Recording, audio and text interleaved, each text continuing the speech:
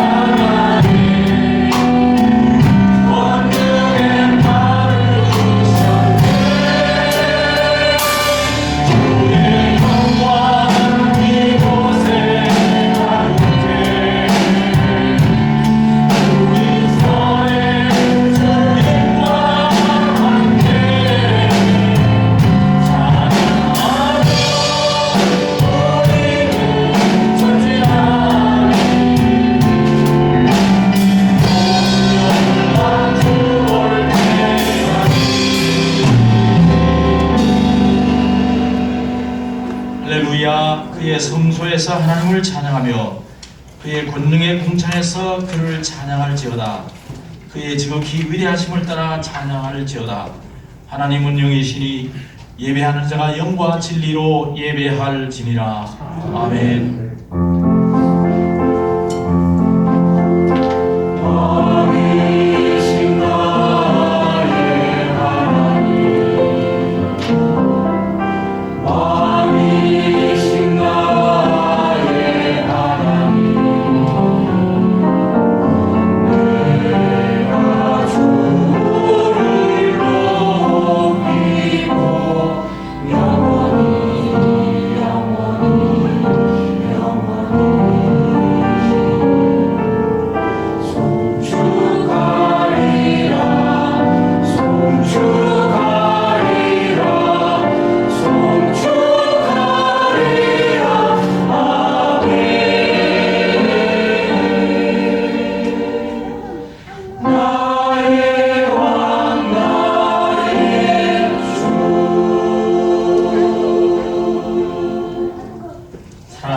주님이시여, 오늘 우리에게 예배의 기쁨을 주신 것을 감사드립니다.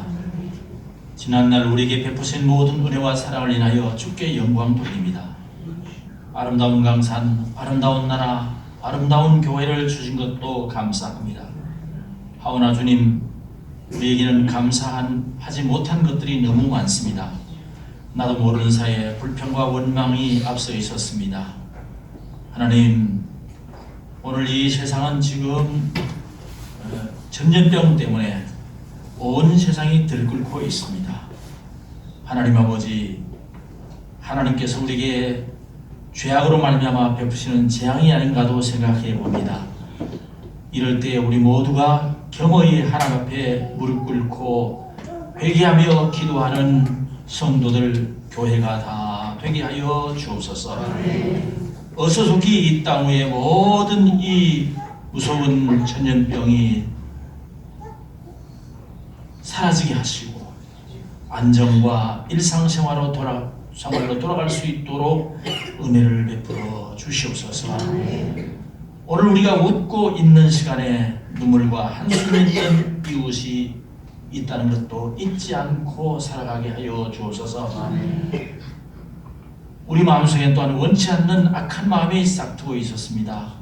겸손할 시간에도 교만함이 내 마음을 짓눌러 있었습니다. 기도해야 할 사람인데도 불구하고 기도하지 못한 어리석고 미련한 저희들입니다. 주여, 저희들을 불쌍히 여겨 주옵소서.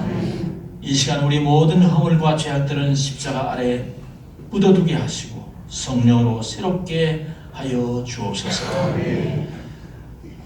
우리의 신앙을 고백합니다. 나는 전능하신 아버지 하나님 천지의 창조주를 믿습니다. 나는 그의 유일하신 아들 우리 주 예수 그리스도를 믿습니다. 그는 성령으로 잉태되어 동정녀 마리아에게 사시고 본디오 빌라에게 고난을 받아 십자가에 못 박혀 죽으시고 장사된 지 사흘 만에 죽은 자 가운데서 다시 살아나셨으며 하늘에 오르시어 전능하신 아버지 하나님 우편에 앉아 계시다. 거기로부터 살아있는 자와 죽은 자를 심판하러 오십니다. 나는 성령을 믿으며 거룩한 공교회와 성도의 교제와 죄를 용서받는 것과 몸의 부활과 영생을 믿습니다. 아멘. 앉으셔서 함께 찬양합니다.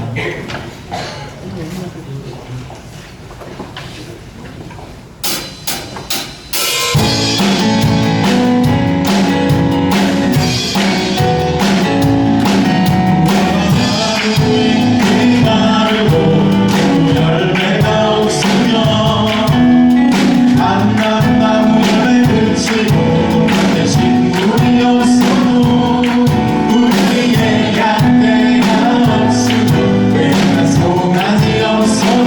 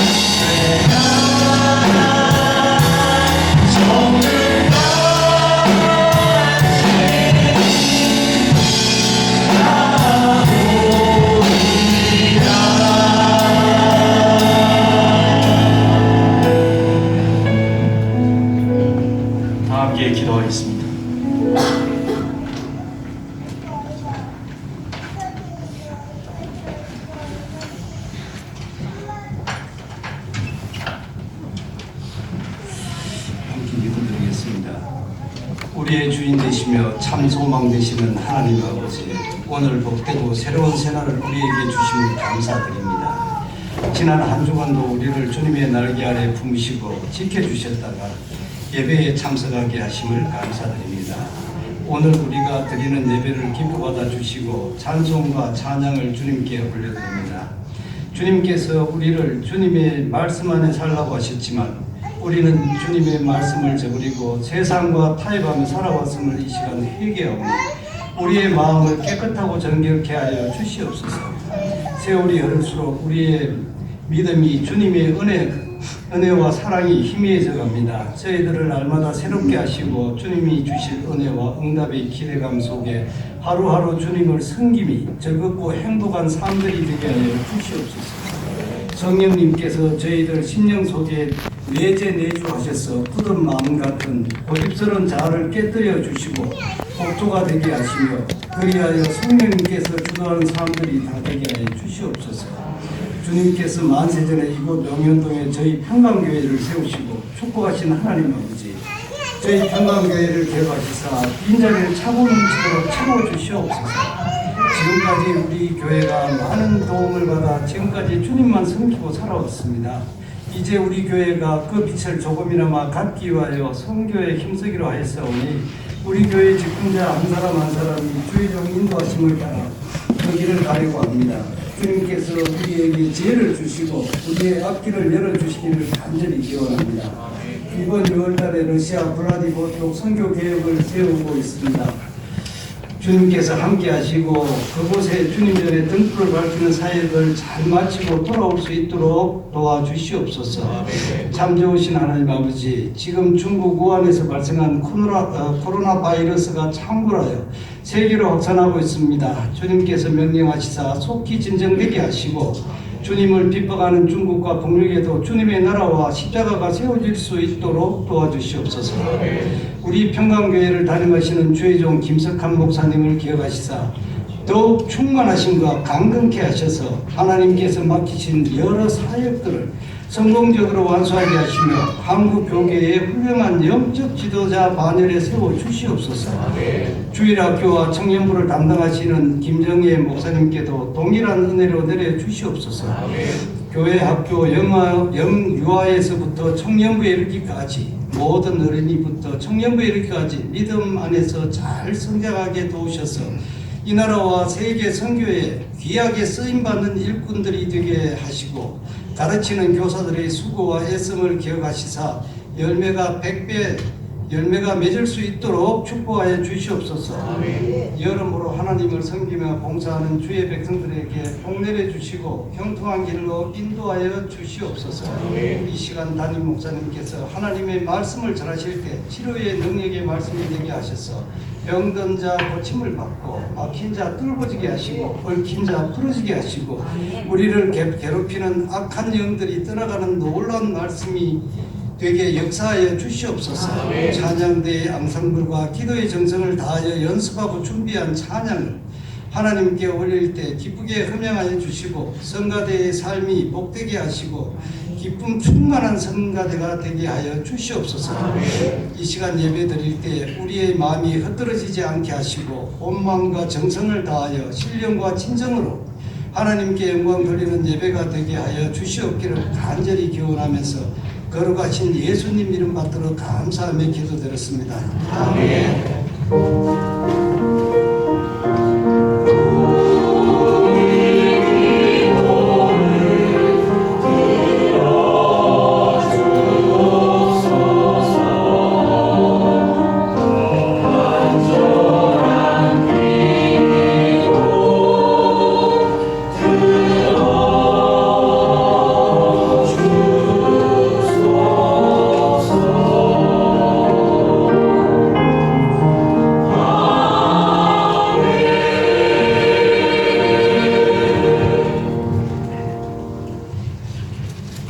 오늘 주실 하나님 말씀은 구약성경 잠언서 8장 17절 말씀입니다. 잠언서 8장 17절. 이 계시의 말씀을 봉독할 때 살아계신 하나님의 음성을 들을 수 있기를 바랍니다. 나를 사랑하는 자들이 나의 사랑을 입으며 나를 간절히 찾는 자가 나를 만날 것입니다. 아멘.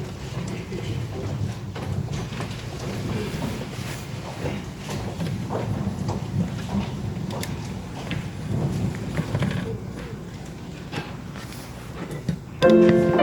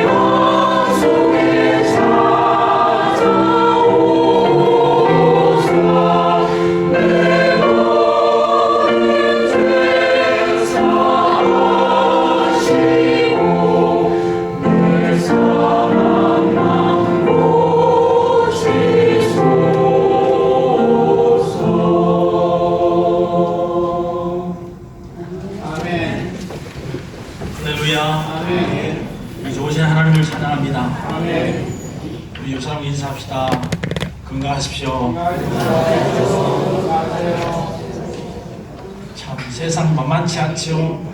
요사이 정말 온 세상이 시끄럽습니다. 중국에서 한 도시에서 시작한 이 전염병이 온 세상을 공포로 몰아가고 있습니다. 사무엘하 24장에 보면은 나라에 하나님께서 재앙을 내리셔서 전염병으로 수많은 사람들이 죽어갔습니다. 다윗 왕은 이 사실을 눈뜨고 볼 수가 없어서 하나님 앞에 나가서 간절히 울부짖고 기도합니다. 그랬더니 하나님께서 선지자 갓을 보내서 다윗에게 말씀을 전해 주셨습니다. 아라우나의 타작마당에 가서 제물을 드려서 제사를 드려서 이 재앙을 물러가게 하라 하는 참 놀라운 말씀을 주셔서 다윗이 아라우나 타작마당으로 가서 하나님 앞에 제단을 쌓고 회개하고 울면서 기도했더니 모든 전염병이 물러갔다는 참 놀라운 말씀이 있습니다. 여러분, 오늘 우리 한국교회 우리 모든 성도들 모든 교회가 하나님 앞에 기도함으로 이 재앙도 다 물러갈 수 있기를 바랍니다. 그리고 우리가 또 해야 할 일도 있죠. 이 전염병 예방을 위해서 여러 가지 해야 될 일이 있습니다. 예배 시간에 마스크 쓰는 건 참 고약합니다만, 그러나 요사이는 마스크 써도 좋습니다. 뭐 조금 더 이상하게 하지 말고 마스크 쓸 분은 쓰고 이렇게 예배 드리는 것도 괜찮습니다. 자, 하여튼 어서 좋게 이게 안전한 그런 세상, 안전한 나라가 될 수 있도록 여러분 기도해 주시기 바랍니다.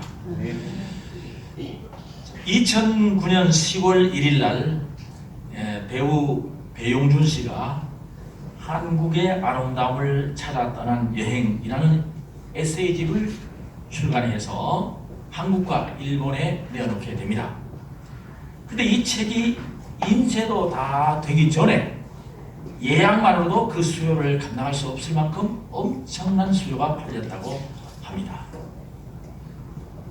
또한 그해 일본 도쿄돔에서 열린 겨울 연가 애니메이션 제작 발표회가 있었고, 또 2010년부터 2012년까지 한국 방문회 해 선포식을 도쿄돔에서 하게 되는데, 그때 배용준의 얼굴을 보기 위해서 거기 모인 사람들이 5만 명이 넘었답니다.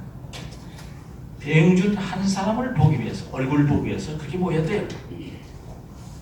그런데 놀라운 사실은 그 당시에 일본 수상 부인인, 총리 부인은 미유키 여사가 IOC 국제올림픽위원회 총회 참석을 위해서 덴마크로 가야 되는데 그 일정을 늦추면서까지 이 배용준을 보기 위해서 그 선포식장에 나타났다는 얘기입니다. 여러분 그때 뉴스 다 봤죠? 배용준의 얼굴을 보기 위해서 일본의 팬들 뿐만 아니라 총리 부인까지도 공식적인 일정을 미루면서까지 나타났다는 것입니다. 배용준 한 사람 얼굴을 보기 위해서 그렇게 했다는 거죠. 오늘 성경에 보니까 하나님의 얼굴을 간절히 찾는 자가 나를 만날 것이라 말씀하고 있어요. 본 말씀 8장 17절 한번 읽겠습니다. 다 같이 시작. 나를 찾는 자들이 나의 사랑을 이루며 나를 간절히 찾는 자가 나를 만날 것입니다. 아멘. 이 말씀은 육신을 가진 사람이 영이신 하나님을 만나는 비결을 말씀하고 있습니다. 오늘 여의치 않는 일 때문에 질병 때문에 외국에 나갔다가 태국 갔다가 오신 분들이 좀 우리를 위해서 오늘 예배 참석 안 하셨어요. 조 장로님, 이바울 장로님, 가족들이 다 못 나오시고 또 더러 이게 안 보이는 분이 있는데 그분들 위해서 오늘 녹화해서 이제 우리 방송실에서 다 유튜브에 올려주겠다 그랬습니다. 예배 잘 들으십시오. 지킵니다. 자, 하나님 만나는 비결을 말씀하고 있는데 첫째로 하나님 찾는 자를 하나님이 만나 주신다는 것입니다. 우리 본문 말씀을 다시 한번 읽겠습니다. 한 절입니다. 시작. 나를 찾는 자들이 나의 사랑을 입으며 나를 간절히 찾는 자가 나를 만날 것이라. 성경은 하나님을 찾는 자를 만나 주시겠다고 약속하셨습니다. 나를 사랑하는 자들이 나의 사랑을 입으며 히브리 성경에는 나를 간절히 찾는 자들을 내가 사랑할 것이며 말하고 있습니다. 그런데 이 부분 내가 사랑할 것이며가 강조어법으로 되어 있습니다. 성경은 복음을 하나님의 지혜라고 말씀하고 있어요. 고린도전서 1장 24절에 그랬습니다. 왜 복음이 하나님의 지혜일까요? 많은 사람들이 지혜를 추구했습니다. 왜요? 그것은 자신을 행복하게 하는 참다운 길이 무엇인가를 묻기 위해서 질문한 것입니다. 그런데 거기에 대한 대답이 있었냐? 없어요. 세상의 지식이나 질문은 우리에게 행복에 참다운 대답을 주지 못하고 있습니다. 복음이 바로 그 지혜로 인생의 행복의 답을 준다는 것이지요. 문제 해결은 사실은 하나님께 있는 것입니다. 이 세상에 있고 이 세상 지식에 있고 우리에게 있는 것이 아니에요. 하나님께 있다는 거지요. 죄가 문제의 원인이고 하나님의 은총이 그 문제에 대한 궁극적인 해결이라는 것을 예수 그리스도 십자가 복음이 바로 그 지혜를 우리에게 말하고 있는 것입니다. 그래서 예수 그리스도의 십자가의 죽음은 가난하고 병들어 힘들어하는 사람들에게 복음이요. 그뿐만 아닙니다. 돈 많고 권력 가진 사람들에게도 역시 복음인 것입니다. 고달파하는 사람, 힘들어하는 사람들에게도 구원의 길이 있다는 것이죠. 그래서 하나님의 복음이 우리의 문제를 해결해 주는 열쇠라고 하는 것입니다. 지혜를 다른 말로 하면 판단 능력이다, 그렇게 말할 수 있습니다. 잠언서 9장 10절에 보면 여호와를 경외하는 것이 지혜의 근본이요. 여호와를 경외하는 것이 지혜의 근본이요 명철이라는 것입니다. 탁월한 인생의 지혜는 하나님을 만남으로써 획득하는 것입니다. 이 지혜는 판단 능력입니다. 지식을 구슬이라고 한번 해봅시다. 지혜는 이것을 꿰는 실입니다. 여러분, 구슬이 아무리 많아도 꿰어 있지 않으면 보물이 될 수 없는 것처럼 꿰는 실이 없다면 편파적인 지식으로 남아있을 뿐이겠습니다. 자, 그 지식들을 엮어낼 수 있는 지혜가 있어야 행복한 삶을 살 수 있다는 것입니다. 지혜는 우리가 누구인지를 알게 해주는 하나님의 능력입니다. 하나님이 살아계시고 이 세상이 하나님의 창조로 되었고 이 세상의 역사가 하나님의 손 안에서 운행되고 있다 하는 것을 성경은 우리에게 강조하고 있는 것입니다. 자, 사실 모든 인간의 어리석음은 시간에 대한 착각에서 비롯된다고 볼 수 있어요. 유한한 시간을 영원한 것처럼 생각하고 살아가는데 문제가 있는 것입니다. 여기서 인간의 모든 불행들이 시작되는 겁니다. 어거스틴은 이런 말을 남겼습니다. 인간은 진리의 빛을 받지 아니하면 육체와 영혼 중 육체만을 편파적으로 살아갈 수밖에 없는 존재이다. 무슨 얘기입니까? 이런 얘기예요. 간단히 말하면 우리 육체는 잠시 이 땅에 살다가 가는 거예요. 그런데 우리가 사는 이 세상이 영원한 것처럼 생각하고 육신을 위해서, 물질을 위해서 그렇게 산다면 그 어떻게 되겠느냐 말이죠. 영원한 삶이 있다는 것을 모른다면 어떻게 되겠느냐는 거예요. 여러분, 죽음 저 너머에 세상이 있다는 것을 모르면, 그 영원한 세계가 있다는 것을 모르면 우리가 사는 이 세상이 얼마나 불행한 얘기냐 하는 것이죠. 언젠가 우리 육체가 사라지게 되고 육체에 대한 사랑은 결국은 없는 것들을 사랑하고 왔구나 하는 것을 깨달을 때 이미 늦은 것입니다. 하나님만이 언제나 계시고 하나님만이 영원하시고 아멘. 그 하나님의 사랑이 우리에게 탁월한 지혜를 주시는 것입니다. 아멘. 그 하나님의 사랑을 아는 것, 하나님을 만나는 것이 바로 지혜입니다. 인간이 하나님을 만나면 탁월한 지혜를 얻을 수 있다는 것입니다. 두 번째로 하나님을 간절히 찾아야 되는 것입니다. 이 나를 찾는 자가 나를 만날 것이며 라고 말하고 있는데, 여기 히브리어로 맞자라는 이 단어는 뜻밖의 만나는 것을 의미합니다. 여러분, 이게 무슨 얘기입니까? 우리는 육신을 가진 사람입니다. 그래서 하나님을 볼 수가 없어요. 하나님을 만질 수가 없어요. 육신을 가진 우리 인간이 영이신 하나님을 볼 수 어려운 점입니다. 근데 호세아서 6장 3절은 그의 나타나시면 새벽빛 같이 어김이 없으시나니 라고 말하고 있습니다. 그 옛날 번역에는 이렇게 되어 있습니다. 그의 나타나시면 새벽빛 같이 일정하니. 하나님은 우리를 만나 주시기로 하시지만 자기를 간절히 찾는 사람들에게 만나 주신다라는 것입니다. 우리들에게 당신을 간절히 찾아야 할 필요가 있다는 사실을 교육시키는 것입니다.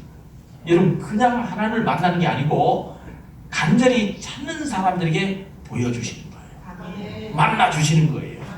왔다 갔다 하는 것은 안 된다 이 말이죠. 세상 살다가 어떤 때는 우리가 시련이 왔을 때 예수님 붙들고 몸부림치며 기도할 때가 있었지 않았습니까? 간절히 하나님을 찾는 사람들에게 하나님이 만나주시는 놀라운 경험들을 그때 다 해보신 겁니다. 시편 27편 8절에 보면 비슷한 말씀이 있습니다. 너희는 한번 읽겠습니다. 시작. 너희는 내 얼굴을 찾아 하실 때에 내가 마음으로 주께 말하되 여호와여 내가 주의 얼굴을 찾으리라 했나이다. 아멘. 없는 얼굴을 가지신 하나님을 어떻게 하나님 얼굴을 찾겠습니까? 근데 너희는 내 얼굴을 찾으라 했습니다. 이 말은 하나님을 신뢰하라, 하나님께 호소하라, 하나님을 가까이 하라, 하나님께 기도하라, 그런 뜻이 있는 거예요. 얼굴이란 그 사람의 인격, 그 사람 자체를 의미하는 것이죠. 하나님의 얼굴을 찾는다는 것은 하나님을 사모하고 하나님을 신뢰하는 것, 하나님의 도우심을 간절히 기도하는 것입니다. 자, 그러므로 우리에게 주님의 얼굴이 가려지고 우리가 주님을 만나 볼 수 없게 되었다는 것은 저주입니다. 여러분, 마음속으로 하나님이 살아계신 것과 내 영으로 주님을 만나게 된 것은 복 중에 복이고 은혜 중에 은혜, 축복 중에 축복인 줄 믿으시기 바랍니다. 그 복을 모든 사람에게 주시기 위해서 하나님께서는 독생자를 인간의 모습으로 보내신 거예요. 하나님이 이 세상에 오실 때 굳이 인간으로 오시지 않고 그냥 오셔서 내가 하나님이다 하고 이렇게 오셔도 되지 않겠습니까? 그러면 우리가 하나님의 얼굴을 볼 수가 없잖아요. 그래서 부득이 인간의 모습을 입고 이 땅에 오신 분이 예수님이세요. 그래서 우리가 예수님을 볼 수 있었다는 겁니다. 하나님께서 이스라엘 백성들에게 내 얼굴을 찾으라 혹은 나를 찾으라 하신 것은 하나님께 은혜를 구하기 위해서 간절히 기도하라는 말씀과 같습니다. 하나님의 얼굴을 찾는 것은 하나님을 대면하여 기도하는 것이며 또한 성소에서 하나님 앞에 서서 하나님 말씀을 듣고 하나님의 축복을 받는 것입니다.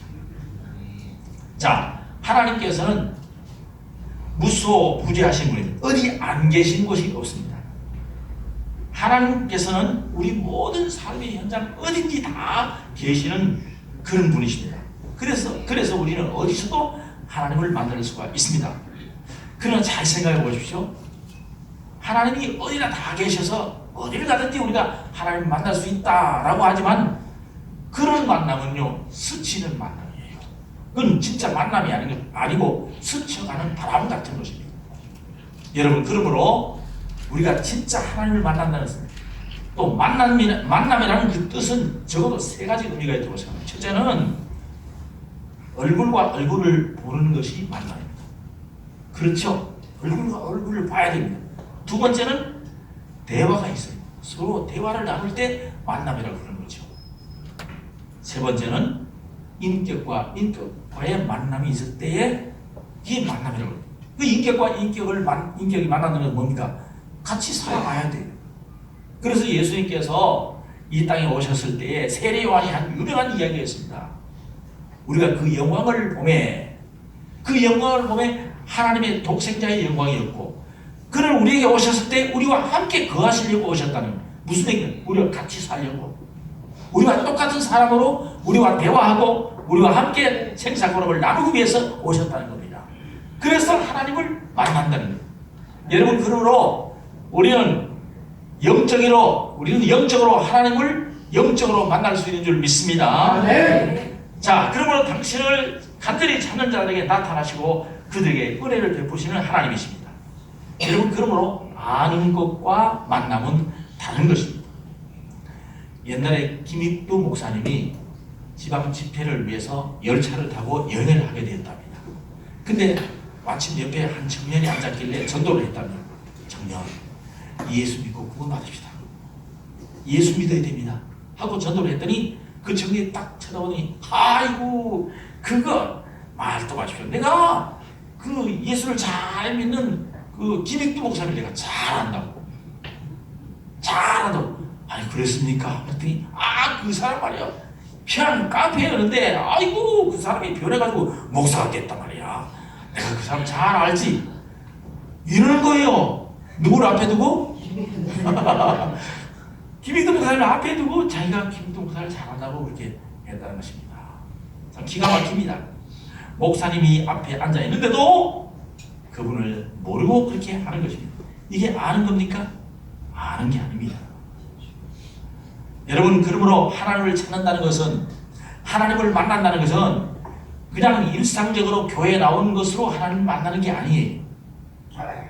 예배 시간에 종교적인 의무를 말이 못해 수행하는 것처럼 나오는 것은 하나님을 만나는 것이 아닙니다.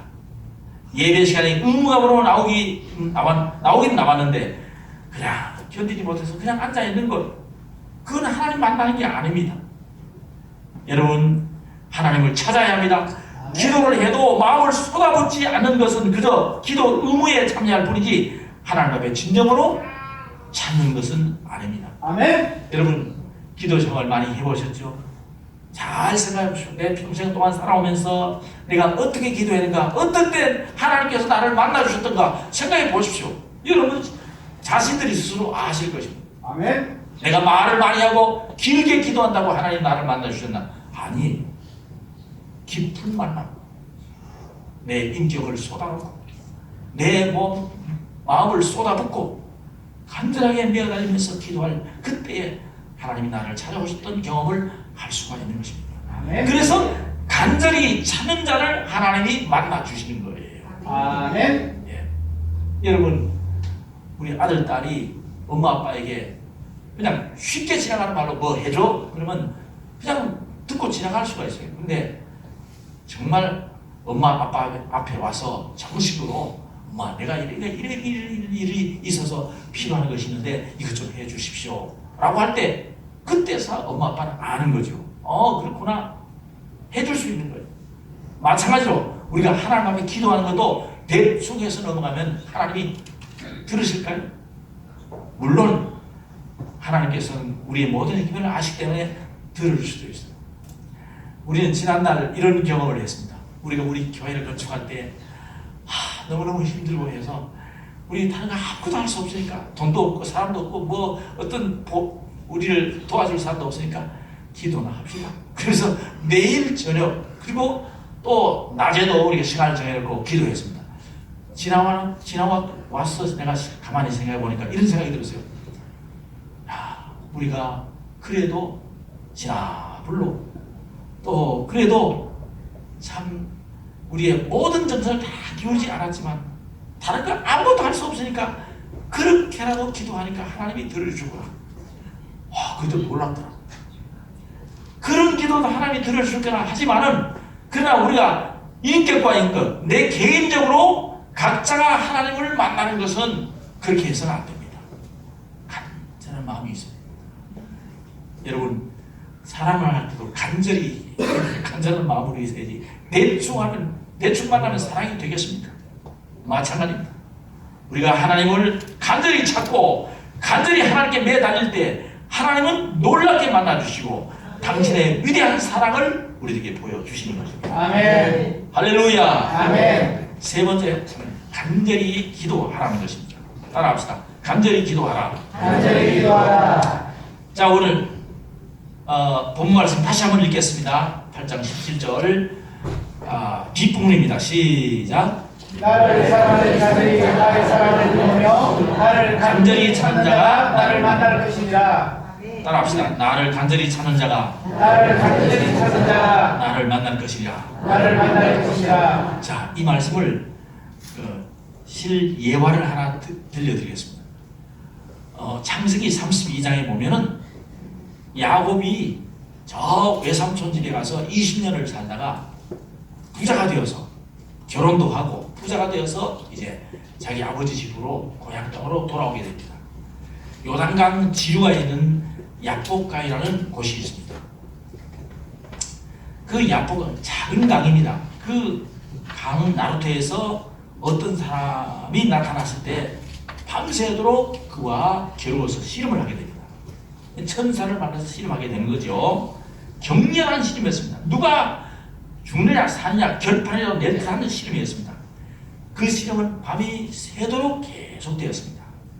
이것을 호세아 12장 4절에서는 야곱의 기도라고 해석했습니다.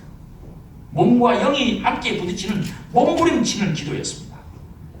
선지자 호세아는 그 상황을 야곱이 천사와 힘을 겨루어 이기고 울며 그에게 간구하였다라고 해석을 했습니다. 오늘날의 야복강을 사진을 제가 찍어보는 건데 한번 보십시오. 별 볼일 없는 강 같죠? 옛날엔 조금 더 물이 많았어요.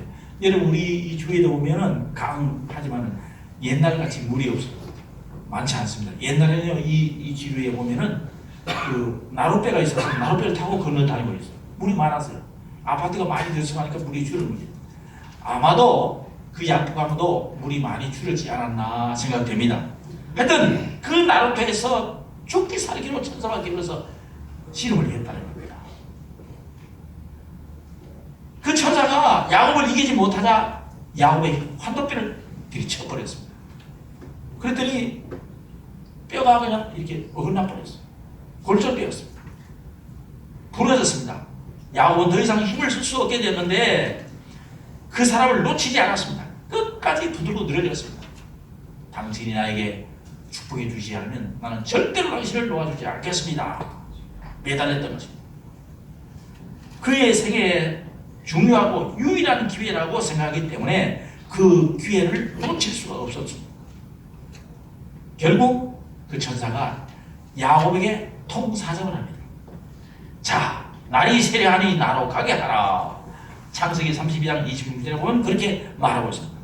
그러나 야곱은 그 사람을 붙들고 더 늘어집니다. 다리가 아파서 일어서지 못하니까 그냥 움켜잡고 늘어지는 것입니다. 결과 야곱은 축복을 받게 됩니다. 야곱이 붙들고 매달렸던 사람은 다름 아닌 하나님이셨습니다. 여러분 우리들도 하나님을 붙들고 늘어지는 한 해가 되기를 바랍니다. 아멘. 나를 축복하지 아니하시면 하나님을 놓지 않겠습니다. 아멘. 그런 어떤 각오들이 좀 있어야 돼요. 아멘. 그때 드디어 사람의 모양으로 분장한 이 하나님은 야곱에게 말씀하십니다. 너 이름이 뭐냐? 물으셨습니다. 그러니까 야곱이 뭐라고 대답했습니까? 예, 야곱입니다. 그랬어요. 여러분 하나님께서 야곱의 이름을 몰라서 물었을까요? 아니죠. 다 알고 계셨습니다. 그럼 너 이름이 뭐냐? 라고 하는 것은 야곱의 자기 상태를 그대로 겸손히 내려놓고 고백하도록 하신 거예요. 여러분 야곱이라는 이름의 뜻이 뭐죠? 예, 발꿈치를 잡았다. 즉 이 야곱은 거짓말쟁이고 남을 태클하고 남을 못살게 하고 그렇게 살아가는 그런 사람으로 지금까지 살아왔다는 얘기입니다. 여러분 사람은요 자기 치부를 드러내기를 싫어하는 것입니다. 그래서 이런 말이 있잖아요. 사람이 서로 만나서 대화를 해도 옷자락 깔고 얘기한다. 베일을 가려놓고 얘기한다. 그런 얘기 있지 않습니까? 그건 무슨 얘기입니까? 자기의 어떤 치부, 자기의 어떤 잘못된 어떤 것들을 다 가리고 얘기하려고 하는 그런 사람들의 습관들이 다 있는 거예요. 근데 야곱은 그때는 다 까발립니다. 다 벗어놓습니다. 다 제껴놓고 예, 제가 야곱입니다. 즉 나는 하나님 정말 부당한 사람이고 거짓말쟁이고 속이는 사람이고 남을 태클하는 사람입니다. 그렇게 그대로 고백한 것입니다. 쉽지 않은 것입니다. 여러분 야곱이 지금까지 살아온 것을 한번 생각해 보십시오. 절대로 그렇게 말할 사람이 아닙니다. 자기에게 이득이 된다면 무엇인지 달려들어서 다 빼앗고 마는 사람입니다. 그래서 아버지를 속이고 형을 속이고 다 했잖아요. 그런데 하나님께서 발꿈치 잡는 야곱, 욕심과 야망대로 살아온 야곱에게 하나님께서 말씀하십니다. 야곱아, 너 이름을 고쳐주마. 다시는 야곱이라고 부르지 말아라. 이스라엘이라고 부르라. 할렐루야. 이스라엘이라는 뜻은 뭡니까? 하나님과 겨루어서 이겼다라는 의미입니다. 여러분, 하나님과 야곱 중 누가 이겼다는 말입니까? 야곱이 하나님과 겨루어서 이겼다라는 것입니다. 놀랍죠?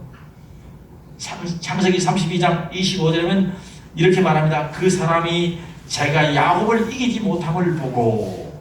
여러분, 여기서 중요한 사실은 그 사람이 야곱을 이기지 못했다, 하나님이 야곱을 이기지 못했다는 것입니다. 과연 하나님이 이기지 못했을까요? 하나님과 사람이 겨룬다면 누가 이길까요? 하나님을 이길 수 있는 사람이 세상에 어디 있겠습니까? 그런데 중요한 것은 하나님은 하나님의 사람들에게 이기려고 하지 않는다는 사실. 하나님의 사람들이 하나님을 이길 수 있도록 하나님이 져주신다는 얘기입니다. 어린아들과 아빠가 방에서 씨름을 해요. 아빠가 먼저 씨름 한번 하자. 씨름 걸었습니다. 그런데 한참 주고받고 막 부들고 막 빙빙 돌다가 아빠가 쓰러져 버려요. 아빠 위에 애기가 어린 아들이 올라타고는 이겼다 할 때 아빠는 성질이 나가지고 이 새끼가 어디 나를 이겨? 그렇게 하는 아빠는 아무도 없습니다. 만약에 그렇게 했다면 그건 아빠도 아니야. 내가 아빠를 이겼다고 큰 소리 치는 그 아들을 보면서 좋아하는 것이 아빠의 마음이에요. 여러분, 참 기가 막힌 아름다운 얘기 아니겠습니까?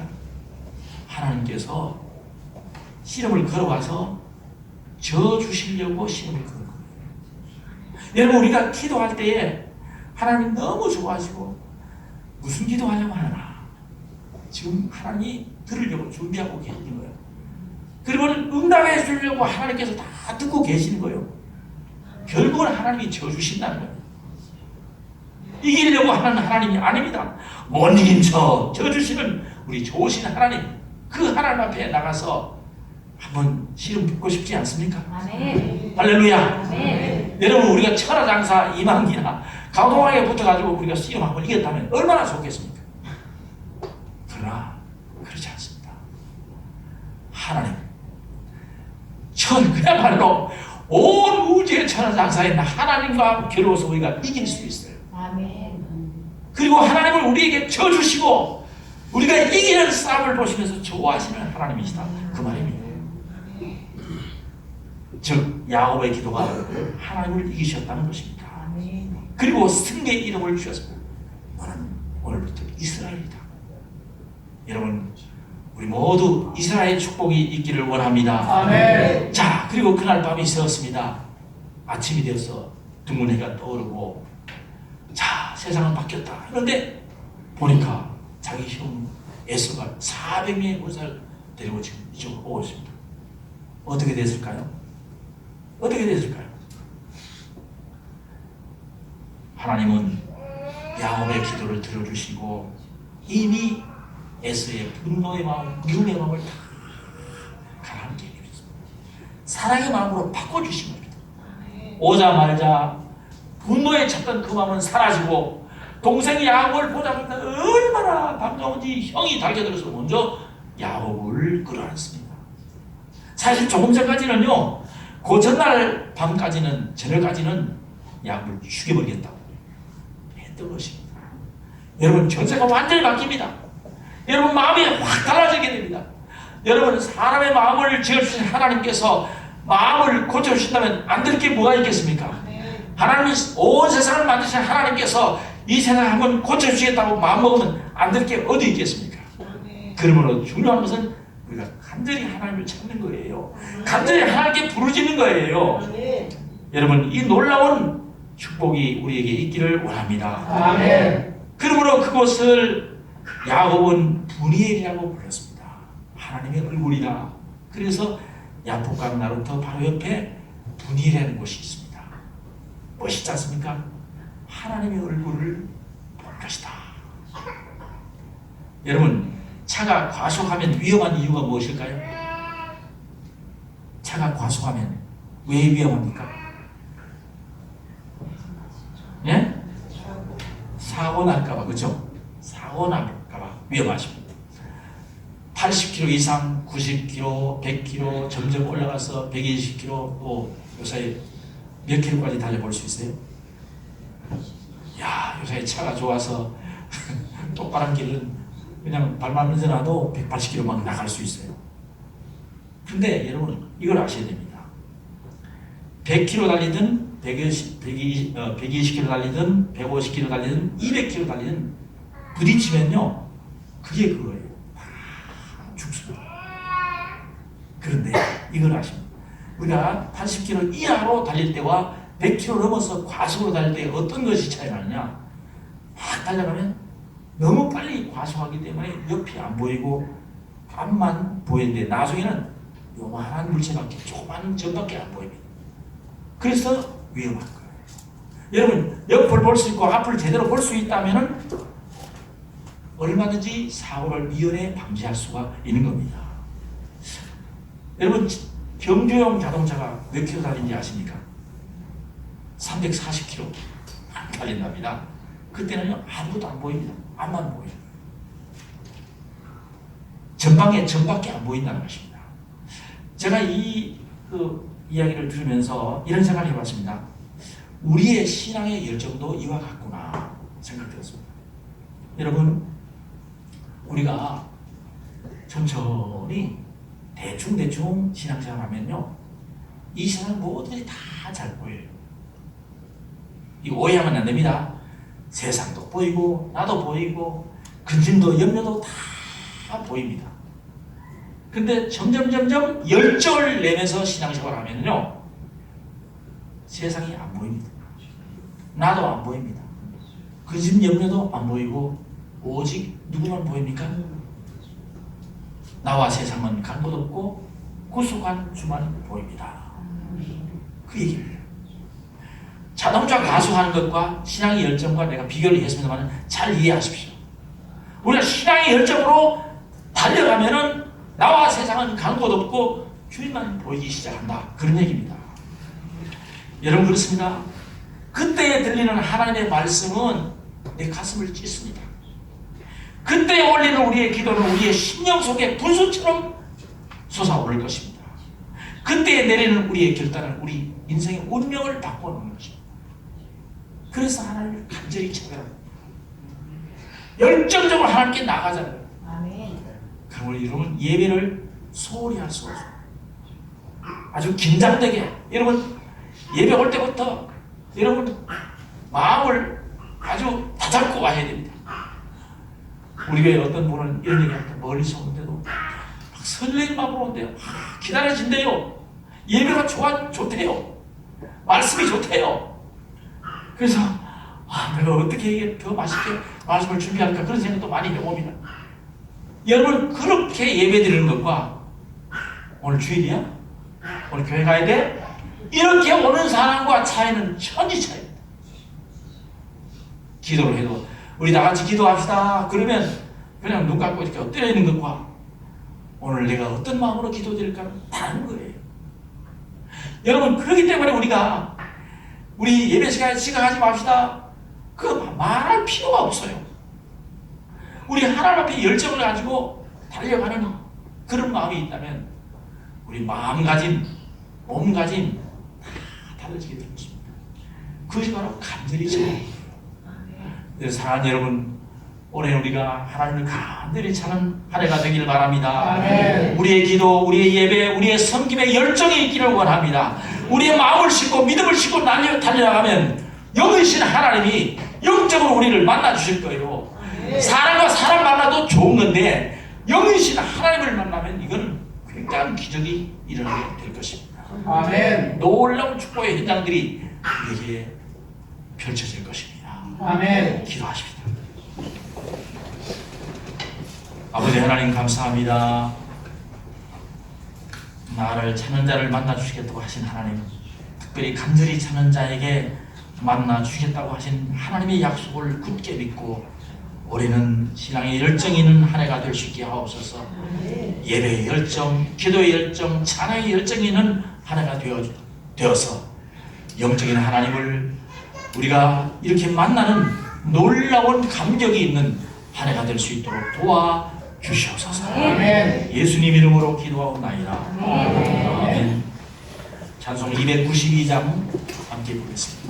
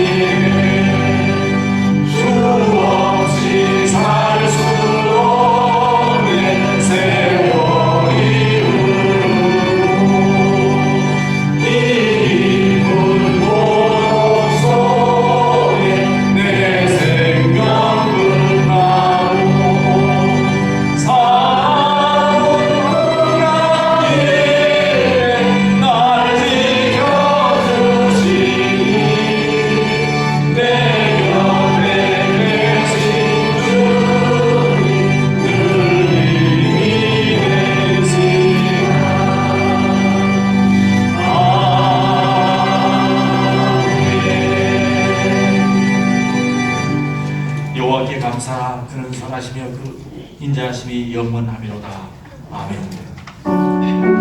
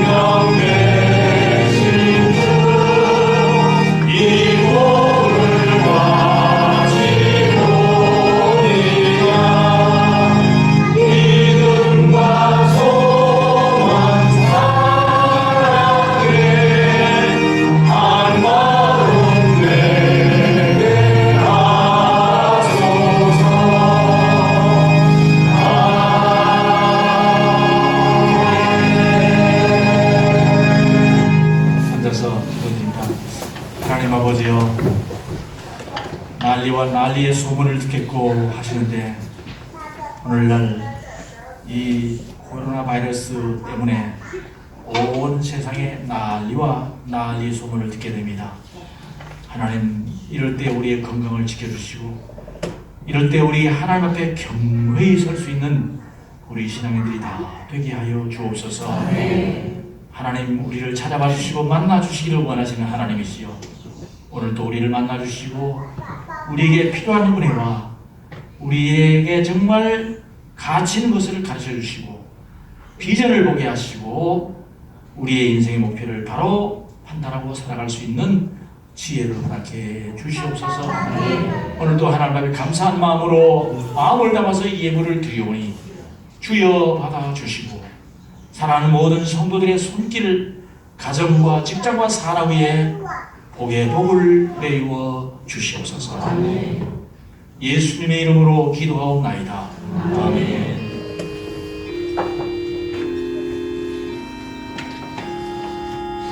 승리하는 한 주간이 되기를 원합니다.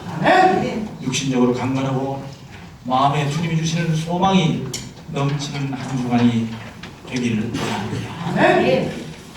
이제는 우리의 구원, 우리의 소망 되시는 우리 구주 예수 그리스도의 은혜와 우리에게 만나 주시기를 원하시는 하나님의 참 사랑하심, 그 놀라운 사랑하심이, 그리고 우리에게 하나님 만나기를 훈련하도록, 하나님 만나서 살아가도록 이끌어 주시는 성령님의 인도하심, 감동하심, 충만하심, 교통하심이 오늘 여기 예배드리는 모든 성도들과 참여하는 우리 모든 성도들, 그리고 우리의 모든 가정과 직장과 산업 위에, 이 민족과 온 세계 인류에 이제와 영원히 함께 하시기를 축원하옵나이다. 아멘.